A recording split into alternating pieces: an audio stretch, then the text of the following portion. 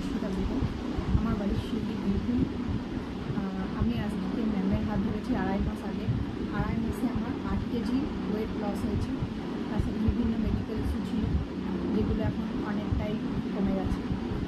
আর ম্যামের ডায়েট চার্টে সবথেকে যেটা ভালো লাগে সেটা হচ্ছে কোনো ফিড সাপ্লিমেন্ট কিন্তু ক্র্যাশ নয়, সমস্তটাই ঘরোয়া খাবার, মানে আলাদা করে কোনো কিছু কিনে খেতে হয় না।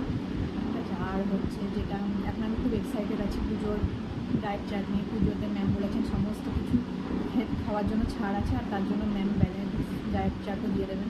ম্যামের সাথে এখন অনেকটা পথ চলা বাকি আছে আমার। আর ম্যাম খুবই ভালো।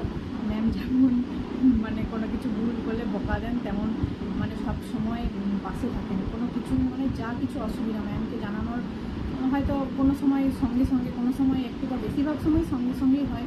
তো ম্যাম কিন্তু সবসময় রিপ্লাই দেন, সবসময় পাশে থাকেন। ম্যাম খুবই